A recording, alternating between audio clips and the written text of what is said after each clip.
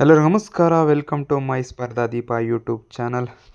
ಈ ದಿನ ನಾನು ಈ ವಿಡಿಯೋದಲ್ಲಿ KEA ಅವರು ಇಂದಿನ ವರ್ಷ ನಡೆಸಿರುವ ಪ್ರಶ್ನೆ ಪತ್ರಿಕೆಗಳಲ್ಲಿ ಹಿಸ್ಟ್ರಿ ಪಾರ್ಟ್ ತೊಗೊಂಡು ಹಿಸ್ಟ್ರಿ ಕ್ವಶನ್ಗಳನ್ನ ಮಾತ್ರ ತೊಗೊಂಡು ಇಲ್ಲಿ ಡಿಸ್ಕಸ್ ಮಾಡೋಣ ಬನ್ನಿ. ಮೊದಲನೇ ಪ್ರಶ್ನೆ ನೋಡಿ, ಹಿಸ್ಟ್ರಿದು ಈ ವಿಡಿಯೋ ಫುಲ್ಲು ಹಿಸ್ಟ್ರಿ ಕ್ವಶನ್ ಬಗ್ಗೆನೇ ನಾವು ಅಧ್ಯಯನ ಮಾಡ್ತೀವಿ ಬನ್ನಿ. ನೋಡಿ, ಫಸ್ಟ್ನೇ ಕ್ವಶನ್ ನೋಡೋಣ ಬನ್ನಿ. ಭಾರತದ ನೆಪೋಲಿಯನ್ ಎಂದು ಕರೆಯಲ್ಪಡುವ ರಾಜ ಅಂತ ಕೇಳಿಬಿಟ್ಟಿರೋದು ಇಲ್ಲಿ.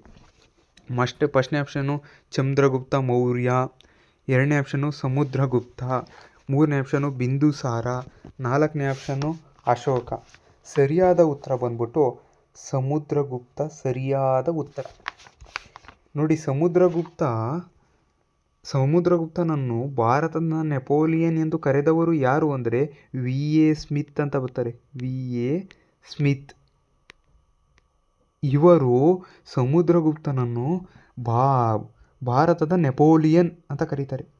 ನೋಡಿ, ಗುಪ್ತ ಸಾಮ್ರಾಜ್ಯದಲ್ಲಿ ಬರೋದು, ಗುಪ್ತ ಮನೆತನದಲ್ಲಿ ಸಮುದ್ರಗುಪ್ತ ಬರೋದು. ಗುಪ್ತರ ಸ್ಥಾಪಕ ಶ್ರೀಗುಪ್ತ, ಇವ್ರದ್ದು ಪಾಟಲಿಪುತ್ರ ರಾಜಧಾನಿ. ಮತ್ತು ಇವನಿಗೆ ಇನ್ನೊಂದು ಬಿರುದಿದೆ ಸಮುದ್ರಗುಪ್ತನಿಗೆ,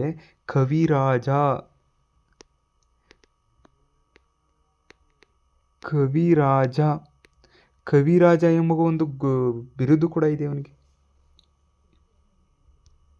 ಸಮುದ್ರಗುಪ್ತ ಇನ್ನೂ ಒಂದು ಸಾಧನೆ ಮಾಡಿದ್ದಾನೆ. ಹರಿಸೇನ ಎಂಬ ಅವನ ಬಳಿ ಅಲಹಾಬಾದ್ ಸ್ತಂಭ ಶಾಸನದಲ್ಲಿ ಅವನ ಬಗ್ಗೆಯೇ ಕೆತ್ತಿಸ್ತಿದ್ದಾನೆ. ಆ ಸಮುದ್ರಗುಪ್ತನ ವಿಜಯಗಳು ಇವನ್ನೆಲ್ಲ ಯಾವುದು ಶಾಸನ ತಿಳಿಸ್ತೈತಿ ಅಂದರೆ ಅಲಹಾಬಾದ್ ಶಾಸನ. ಇದು ತುಂಬಾ ಇಂಪಾರ್ಟೆಂಟು. ಯಾರು ಕೆತ್ತಿದ್ದು ಅಂತ ಕೇಳ್ಬಿಡ್ತಾರೆ, ಹರಿಸೇನ. ಬನ್ನಿ ನೆಕ್ಸ್ಟ್ ಕ್ವಶನ್ ಹೋಗೋಣ. ಇಲ್ಲಿ ನೋಡ್ಬೋದು, ಸಹಾಯಕ ಸೈನ್ಯ ಪದ್ಧತಿಯನ್ನು ಒಪ್ಪಿಕೊಂಡ ದೇಶೀಯ ರಾಜ್ಯಗಳನ್ನು ಕಾಲಾನುಕ್ರಮದಲ್ಲಿ ತಿಳಿಸಿ ಅಂತ ಕೇಳಿರೋದು. ಫಸ್ಟ್ನೇ ಆಪ್ಷನ್ ನೋಡಿ, ಮರಾಠರು, ಹೈದರಾಬಾದ್, ಮತ್ತು C ಹೌದ್, ಮತ್ತು D ಮೈಸೂರು. ನೋಡಿ, ಮೊದಲಿಗೆ ಇದನ್ನು ಒಪ್ಕೊಂಡವರು ಯಾರು? ಸಹಾಯಕ ಸೈನಿಕ ಪದ್ಧತಿ ಹೈದರಾಬಾದ್ ನಿಜಾಮ 1798ರಲ್ಲಿ, ಮತ್ತು ನಂತರ ಮೈಸೂರು 1799ರಲ್ಲಿ. ಯಾಕಂದರೆ ಇವು ಮೈಸೂರು ಬ್ರಿಟಿಷರ ಅಧೀನದಲ್ಲಿರ್ತೈತೆ. ರಾಜರ ಆಳ್ವಿಕೆ ಇರುತ್ತೆ, ಬಟ್ ಬ್ರಿಟಿಷರ ಇವರಿಗೆ ಬಿಟ್ಬಿಟ್ಟು ನೋಡ್ಕೊಳ್ಳಿ ಅಂತ ಬಿಟ್ಟೋಗಿರ್ತಾರೆ. ಅದಕ್ಕೆ ಇವ್ರು ಸೆಕೆಂಡ್ ಒಪ್ಕೊಳ್ತಾರೆ, ಯಾರು? ಮೈಸೂರವರು.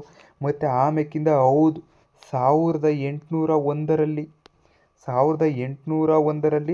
ಹೌದು ಒಪ್ಕೊಳ್ತದೆ. ಮೂರನೇದಾಗಿ ಲಾಸ್ಟ್ನೇದಾಗಿ ಈ ಇದರಲ್ಲಿ ಬರೋದಾದರೆ ಮರಾಠ ರಾಜರಾದ ಭೋಸ್ಲೆ 1803ರಲ್ಲಿ ಒಪ್ಕೊಳ್ತಾನೆ.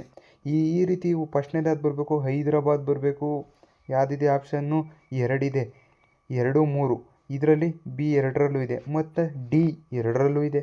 ಆಮೇಕಿಂತ C ಬಂದಿರೋದು ಇದು, ನಂತರ A. ಸರಿಯಾದ ಉತ್ತರ 2. ಸಹಾಯಕ ಸೈನ್ಯ ಪದ್ಧತಿನ ಒಪ್ಪಿಕೊಂಡ ಮೊದಲ ದೇಶೀಯ ರಾಜ್ಯ ಯಾವುದು ಅಂದರೆ ಹೈದರಾಬಾದ್ ಬರ್ತದೆ. ಹೈದರಾಬಾದ್ ಈ ಥರನೂ ಕೇಳ್ತಾರೆ. ಮೊದಲ ಸಹಾಯಕ ಸೈನ್ಯ ಪದ್ಧತಿಯನ್ನು ಮೊದಲು ಒಪ್ಪಿಕೊಂಡ ದೇಶೀಯ ರಾಜ್ಯ ಯಾವುದು? ಹೈದರಾಬಾದ್ ಸರಿಯಾದ ಉತ್ತರ. ಎಷ್ಟರಲ್ಲಿ? 1798ರಲ್ಲಿ. ಇದಕ್ಕೆ ಆಪ್ಷನ್ 2 ಸರಿ. ಬನ್ನಿ ಮುಂದಿನ ಪ್ರಶ್ನೆಗೆ ಹೋಗೋಣ.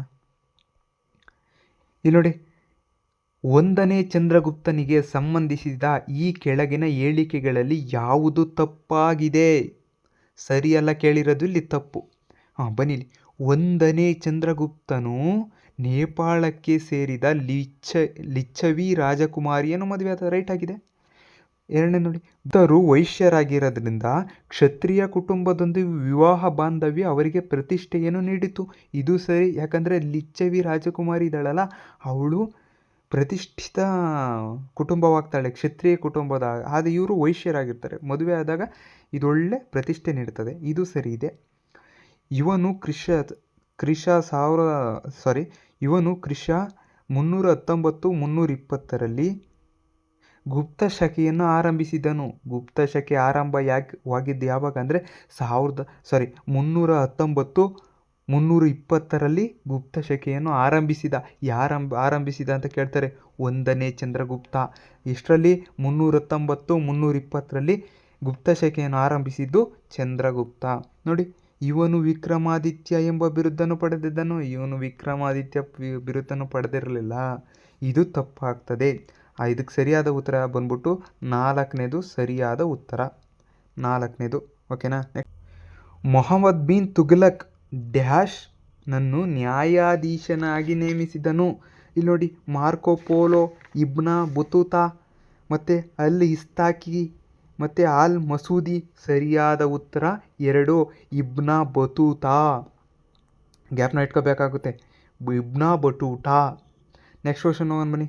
ಇಲ್ಲಿ ನೋಡಿ, ಪೂರ್ವ ಭಾರತದಲ್ಲಿ ಬ್ರಿಟಿಷ್ ಮೊದಲ ಫ್ಯಾಕ್ಟರಿಯನ್ನು ತೆರೆದಿದ್ದ ಸ್ಥಳ ಕೇಳಿರೋದು. ಪೂರ್ವ ಭಾರತ ಅಂದರೆ ಇಲ್ಲಿದೆಯಲ್ಲ ಈ ಥರ ಭಾರತದ್ದು ಈ ಪ್ರದೇಶಗಳಲ್ಲಿ ಮೊದಲು ಫ್ಯಾಕ್ಟ್ರಿ ಎಲ್ಲಿ ತೆಗೆದಿದ್ದು ಬ್ರಿಟಿಷರು ಅಂತ ಕೇಳಿರೋದು. ಅದು ನೋಡಿ ಆಪ್ಷನು ಬಂಗಾಳ ಅಂತ ಇದೆ, ಬಿಹಾರ ಅಂತ ಇದೆ, ಒರಿಸ್ಸಾ ಅಂತ ಇದೆ, ಅಸ್ಸಾಂ ಅಂತ ಇದೆ. ಒರಿಸ್ಸಾ ಸರಿಯಾದ ಉತ್ತರ. ಪೂರ್ವ ಭಾರತದಲ್ಲಿ ಬ್ರಿಟಿಷ್ ಫ್ಯಾಕ್ಟರಿ ಮೊದಲು ತೆರೆದಿದ್ದು ಒರಿಸ್ಸಾದಲ್ಲಿ. ಬನ್ನಿ ನೆಕ್ಸ್ಟ್ ಪ್ರಶ್ನೆಗೆ ಹೋಗೋಣ.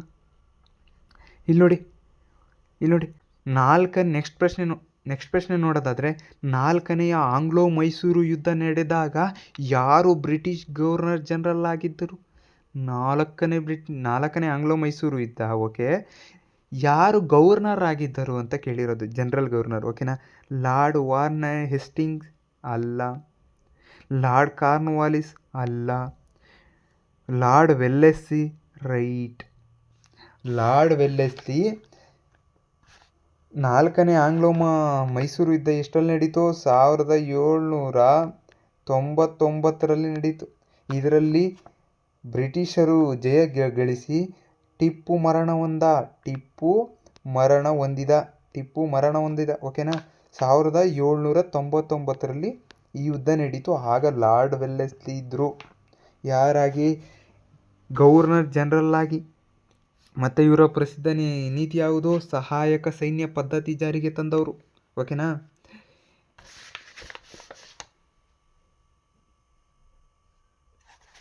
ಬರೀ ನೆಕ್ಸ್ಟ್ ಕ್ವಶನ್ ನೋಡೋಣ. ಪೋರ್ಚುಗೀಸರು ಕಾಳು ಮೆಣಸಿನ ರಾಣಿ ಎಂದು ಈ ಕೆಳಗಿನ ಯಾವ ರಾಣಿಯನ್ನು ಕರೆದಿದ್ದಾರೆ? ಕಾಳು ಮೆಣಸಿನ ರಾಣಿ ಯಾರು ಕರೆದ್ರು? ಪೋರ್ಚುಗೀಸರೇ ಕರೆದ್ಬಿಟ್ರು. ಇಲ್ಲಿ ನೋಡಿ ಆಪ್ಷನ್ನು: ರಾಣಿ ಅಬ್ಬಕ್ಕ, ರಾಣಿ ಚೆನ್ನಭೈರಾದೇವಿ, ರಾಣಿ ರುದ್ರಮಾದೇವಿ, ರಾಣಿ ಚೆನ್ನಮ್ಮ. ನೋಡಿ, ಎಲ್ಲ ರಾಣಿ ಚೆನ್ನಮ್ಮ ಅಂತ ಬಂದ್ಬಿಡ್ತೀವಿ, ಆದ್ರೆ ತಪ್ಪು. ರಾಣಿ ಅಬ್ಬಕ್ಕನೂ ಅಲ್ಲ, ರಾಣಿ ರುದ್ರಮಾದೇವಿನೂ ಅಲ್ಲ, ರಾಣಿ ಚೆನ್ನಭೈರಾದೇವಿ ಕಾಳು ಮೆಣಸಿನ ರಾಣಿ ಯಾರು ಅಂತ ಕೇಳಿದ್ರೆ ರಾಣಿ ಚೆನ್ನಭೈರಾದೇವಿ. ಸರಿಯಾದ ಉತ್ತರ 2ನೇದು ರಾಣಿ ಚೆನ್ನಭೈರಾದೇವಿ.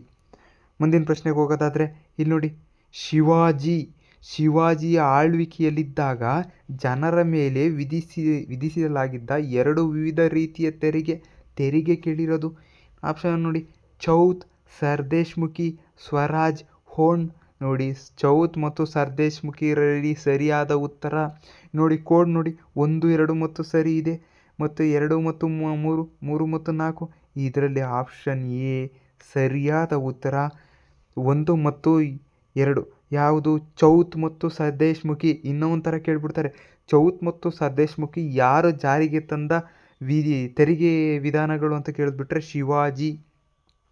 ಆದರೆ ಈ ಪ್ರಶ್ನೆಗೆ ಉತ್ತರ ಬಂದ್ಬಿಟ್ಟು ಚೌತ್ ಮತ್ತು ಸರ್ದೇಶ್ಮುಖಿ. ಆಪ್ಷನ್ ಎ ಸರಿಯಾದ ಉತ್ತರ. ಬನ್ನಿ ನೆಕ್ಸ್ಟ್ ಪ್ರಶ್ನೆಗೆ ಹೋಗೋಣ. ಇಲ್ಲಿ ನೋಡ್ಬೋದು, ರೌಲತ್ ಕಾಯಿದೆ ಅಂತ ಕೇಳಿರೋದು. ಜಾರಿಯಲ್ಲಿದ್ದಾಗ ಭಾರತದ ವೈಸರಾಯ್ ಯಾರಾಗಿದ್ದರು? ರೌಲತ್ ಕಾಯ್ದೆ ಜಾರಿಯಲ್ಲಿದ್ದಾಗ ಭಾರತದ ವೈಸರಾಯ್ ಯಾರಾಗಿದ್ದರು ಅಂದರೆ, ಇಲ್ಲಿ ನೋಡಿ, ಲಾರ್ಡ್ ಇರ್ವಿನ್ ಕೊಟ್ಟಿದ್ದಾರೆ, ಅಲ್ಲ. ಲಾರ್ಡ್ ರಿಡ್ಡಿಂಗ್ ಕೊಟ್ಟಿದ್ದಾರೆ, ಅಲ್ಲ. ಲಾರ್ಡ್ ಚೆಲ್ಮಸ್ಫೋರ್ಡ್. ಸರಿಯಾದ ಉತ್ತರ ಬಂದ್ಬಿಟ್ಟು ಲಾರ್ಡ್ ಚೆಲ್ಮಸ್ಫೋರ್ಡ್. ಎಷ್ಟರಲ್ಲಪ್ಪ ಇವರು ರೌಲತ್ ಕಾಯ್ದೆ ತಂದರು ಅಂದರೆ 1917 ಮತ್ತು 18ರಲ್ಲಿ. 1917 ಮತ್ತು 18ರಲ್ಲಿ ಲಾರ್ಡ್ ಚೆಲ್ಮಸ್ಫೋರ್ಡು ರೌಲತ್ ಕಾಯ್ದೆಯನ್ನು ಜಾರಿಗೆ ತಂದರು. ಇನ್ನೊಂದು ಪ್ರಮುಖ, 1919 ಏಪ್ರಿಲ್ 13ರಂದು ಜಲಿಯನ್ ವಾಲಾಬಾಗ್ ಹತ್ಯಾಕಾಂಡ ನಡೀತು. ಎಷ್ಟರಲ್ಲಿ ಅಂತ ಕೇಳ್ತಾರೆ.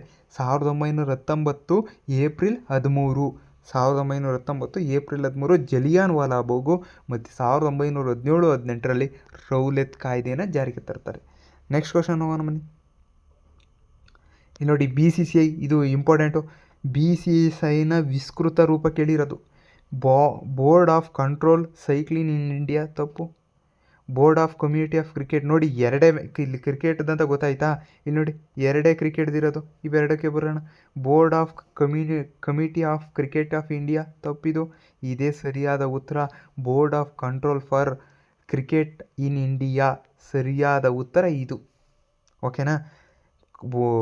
ಈ ಪ್ರಸ್ತುತ ಅಧ್ಯಕ್ಷ ಯಾರು ಅಂತ ಕೇಳ್ತಾರೆ, ಇದರ ಅಧ್ಯಕ್ಷರು ನೋಡೋಣ, ಕಾಮೆಂಟ್ ಮಾಡಿ.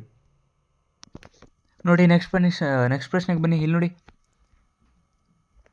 ಈ ಕೆಳಗಿನ ಊರುಗಳಲ್ಲಿ ವಿಜಯನಗರ ಆಳಿದ ಸಂಗಮ ವಂಶದ ರಾಜರನ್ನು ಗುರುತಿಸಿ.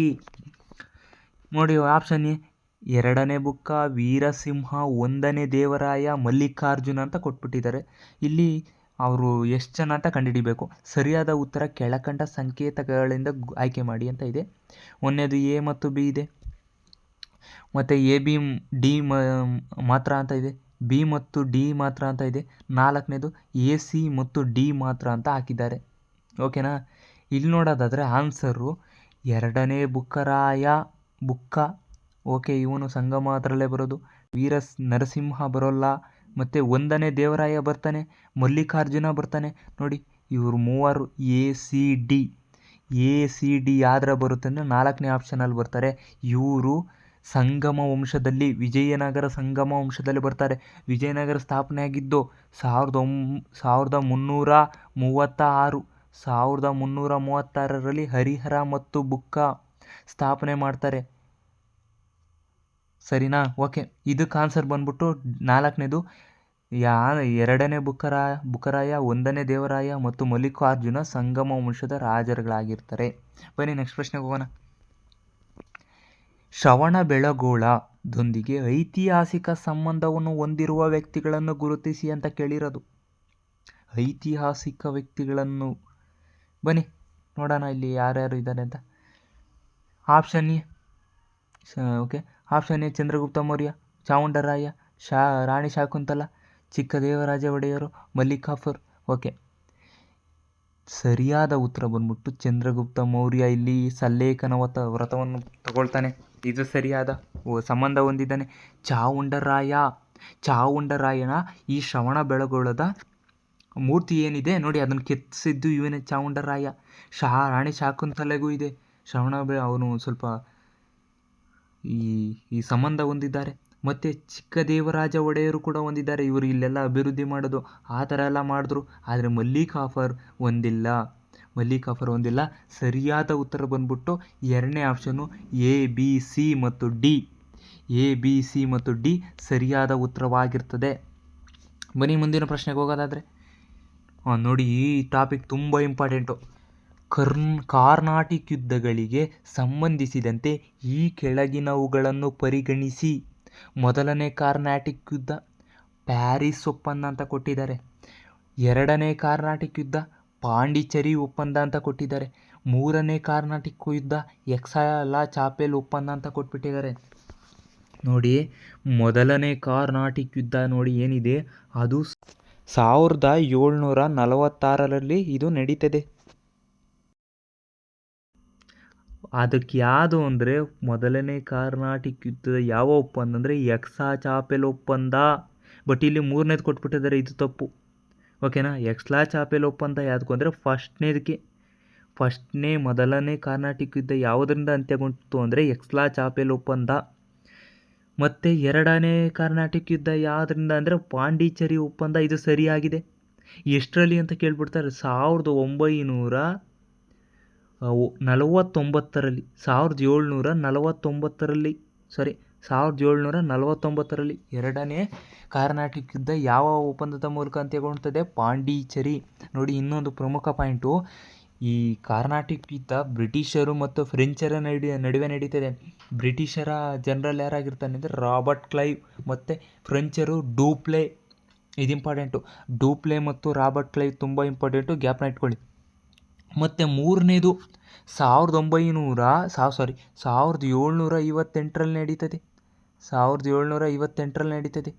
ಓಕೆನಾ. 1758ರಲ್ಲಿ ನಡೀತಿದೆ. ಯಾವ ಒಪ್ಪಂದದ ಮೂಲಕ ಅಂತ್ಯಗೊಳ್ಳುತ್ತದೆ ಅಂದರೆ ಪ್ಯಾರಿಸ್ ಒಪ್ಪಂದ. ಇಲ್ಲಿ ಫಸ್ಟ್ನೇದು ಕೊಟ್ಟಿದ್ದಾರೆ, ಆದರೆ ಇಲ್ಲಿ ಪ್ಯಾರಿಸ್ ಒಪ್ಪಂದದ ಮೂಲಕ ಅಂತ್ಯಗೊಳ್ಳುತ್ತದೆ. ಇದರಲ್ಲಿ ಸರಿಯಾದ ಉತ್ತರ ಒಂದು ಮಾತ್ರ ಕೊಟ್ಟಿದ್ದಾರೆ. ಯಾವುದು? ಎರಡನೇ ಕಾರ್ನಾಟಿಕ್ ಯುದ್ಧ ಅಂತ ಇದೆಯಾ ನೋಡಿ,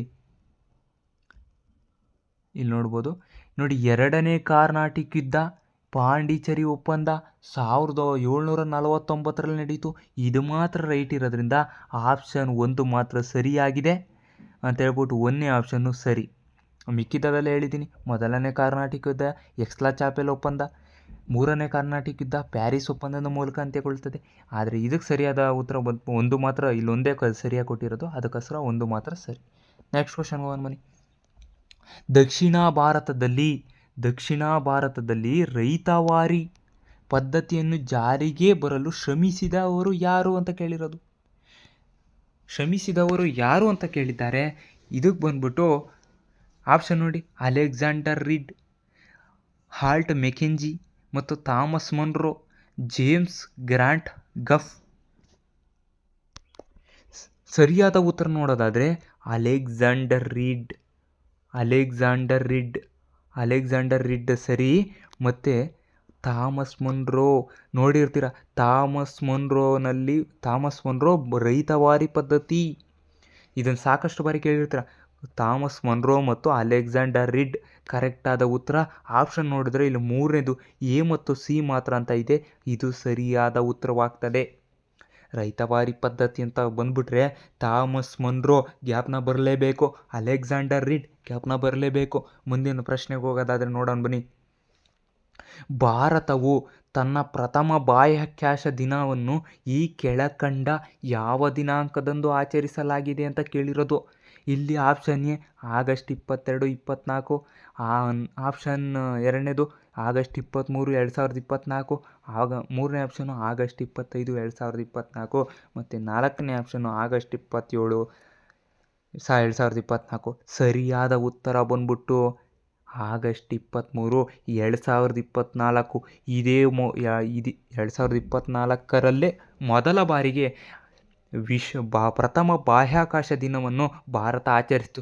ಯಾವುದರ ನೆನಪಿಗೋಸ್ಕರ? ಚಂದ್ರನ ದಕ್ಷಿಣ ಧ್ರುವದ ಮೇಲೆ ಇಸ್ರೋ ವಿಕ್ರಮ್ ಲ್ಯಾಂಡರ್ ಚಂದ್ರನ ದಕ್ಷಿಣ ಧ್ರುವದಲ್ಲಿ ಇಳಿಸ್ತಾರೆ ಇಸ್ರೋ. ಇದು ಚಂದ್ರನ ದಕ್ಷಿಣ ಧ್ರುವದ ಮೇಲೆ ಇಳಿಸಿದ ಯಾವುದೇ ದೇಶ ದಕ್ಷಿಣ ಧ್ರುವದ ಮೇಲೆ ಇಳಿಸಿರೋಲ್ಲ. ಭಾರತ ಪ್ರಥಮ ದೇಶವಾಗಿರ್ತದೆ. ಮತ್ತು ಚಂದ್ರನ ಮೇಲೆ ಸಾಫ್ಟ್ ಲ್ಯಾಂಡಿಂಗ್ ಮಾಡಿದ 4ನೇ ದೇಶವಾಗ್ತದೆ. ಫಸ್ಟ್ನೇ ದೇಶ ಅಮೇರಿಕಾ, ಚೀನಾ, ಜಪಾನ್ ಮತ್ತು 4ನೇ ದೇಶ ನಮ್ಮ ಭಾರತ. ಹೆಮ್ಮೆಯ ಭಾರತವಾಗ್ತದೆ. ಅದರ ನೆನಪಿಗಾಗಿ ಅದು ಯಶಸ್ವಿಯಾಗಿದ್ದು ಯಾವಾಗ? ಸಾಫ್ಟ್ ಲ್ಯಾಂಡಿಂಗ್ ಆಗಿದ್ದು ಯಾವಾಗ ಅಂದರೆ ಆಗಸ್ಟ್ 23, 2023ರಲ್ಲಾಗಿರ್ತದೆ. ಅದನ್ನು ನೆನಪಿಗೋಸ್ಕರ ಆಗಸ್ಟ್ 23, 2024ರಂದು ಇದನ್ನು ಭಾರತದ ಬಾಹ್ಯಾಕಾಶ ದಿನವನ್ನಾಗಿ ಆಚರಣೆ ಮಾಡಲಾಗ್ತದೆ. ನೆಕ್ಸ್ಟ್ ಕ್ವಶನ್ ಅದನ್ನು ನೋಡೋದಾದರೆ ಇಲ್ಲೇ ಇದೆ. ಭಾರತದ ರಾಷ್ಟ್ರೀಯ ಲಾಂಛನದಲ್ಲಿ ಈ ಕೆಳಕಂಡ ಯಾವ ಪ್ರಾಣಿಗಳು ಕಂಡುಬರುತ್ತವೆ? ಪ್ರಾಣಿಗಳು ಇಲ್ಲಿ ರಾಷ್ಟ್ರೀಯ ಲಾಂಛನದಲ್ಲಿ ಯಾವ ಪ್ರಾಣಿಗಳು ಕಂಡುಬರುತ್ತದೆ? ಆಪ್ಷನ್ ಎ ಹುಲಿ, ಆಪ್ಷನ್ ಬಿ ಆನೆ ಇದೆ, ಆಪ್ಷನ್ ಎ ಹುಲಿ ಇದೆ, ಓಕೆ. ಆಪ್ಷನ್ ಸಿ ಸಿಂಹ ಇದೆ, ಆಪ್ಷನ್ ಡಿ ಇದೆ, ಆಪ್ಷನ್ ಇ ಕುದುರೆ ಇದೆ. ಈ ಕೆಳಕಂಡ ಸಂಕೇತಗಳ ಮೂಲಕ ಸರಿಯಾದ ಉತ್ತರ ಆಯ್ಕೆ ಮಾಡಿ ಅಂತ ಕೇಳಿದ್ದಾರೆ. ಇದರಲ್ಲಿ 4 ಮಾತ್ರ ಸರಿ ಇದೆ. ಯಾವುದು ಅಂದರೆ ಆನೆ ಸರಿ, ಮತ್ತು ಸಿ ಸಿಂಹ ಸರಿ, ಡಿ ನಂದಿ ಸರಿ, ಈ ಕುದುರೆ. ನಾವು ಕುದುರೆ ಇಲ್ಲ ಅನ್ಕೊಂಬಿಟ್ಟು ಹುಲಿ ಅಂತ ಹಾಕ್ಬಿಡ್ತೀವಿ, ಆದರೆ ಹುಲಿ ಇಲ್ಲ. ನಮ್ಮ ರಾಷ್ಟ್ರೀಯ ಲಾಂಛನದಲ್ಲಿ ಹುಲಿ ಇಲ್ಲ. ಆದರೆ ಸಿಂಹ, ಆನೆ, ನಂದಿ, ಕುದುರೆ ಈ 4 ಪ್ರಾಣಿಗಳು ನಮ್ಮ ರಾಷ್ಟ್ರೀಯ ಲಾಂಛನದ ಪ್ರಾಣಿಗಳಾಗಿರ್ತವೆ. ಆಪ್ಷನ್ 2 ಸರಿಯಾದ ಉತ್ತರ ನೋಡಿ. ಬಿ, ಸಿ, ಡಿ ಮತ್ತು ಇ ಸರಿಯಾಗಿವೆ. ಇದು ಸರಿಯಾದ ಉತ್ತರವಾಗ್ತದೆ. ಇಷ್ಟೊತ್ತು ಮಾಡಿರೋ ಕ್ಲಾಸ್ ನಿಮಗೆ ತುಂಬಾ ಯೂಸ್ ಆಗಿರುತ್ತೆ ಅಂದ್ಕೊತೀನಿ. ಇನ್ನೂ ಹೆಚ್ಚಿನ ಯಾವ ಟಾಪಿಕ್ ಮೇಲೆ ಕ್ವಶನ್ ಪೇಪರ್ ಅಂದರೆ ಪ್ರೀವಿಯಸ್ ಇಯರ್ ಕ್ವಶನ್ ಪೇಪರ್ ತಗೊಂಡು ನಿಮಗೆ ಆನ್ಸರ್ ಮತ್ತು ಎಕ್ಸ್ಪ್ರೆಷನ್ ಕೊಡಬೇಕು ಅಂತ ನೀವು ಕಾಮೆಂಟ್ ಮಾಡಿದ್ರೆ ನಾನು ಆ ಸಬ್ಜೆಕ್ಟ್ ಮೇಲೆ ನಿಮಗೆ ಕ್ಲಾಸ್ ಮಾಡಿಕೊಡ್ತೀನಿ. ಈ ವಿಡಿಯೋ ನಿಮ್ಗೆ ಇಷ್ಟ ಆದರೆ ದಯವಿಟ್ಟು ಲೈಕ್ ಮಾಡಿ ಮತ್ತು ಸಬ್ಸ್ಕ್ರೈಬ್ ಮಾಡೋದನ್ನ ಮರಿಬೇಡಿ. ಈ ಚಾನಲ್ ಸ್ಪರ್ಧಾದೀಪ ಸ್ಪರ್ಧಾರ್ಥಿಗಳಿಗೆ ಎಂದು ಆಸರೆಯಾಗಿರ್ತದೆ. Thank you so much.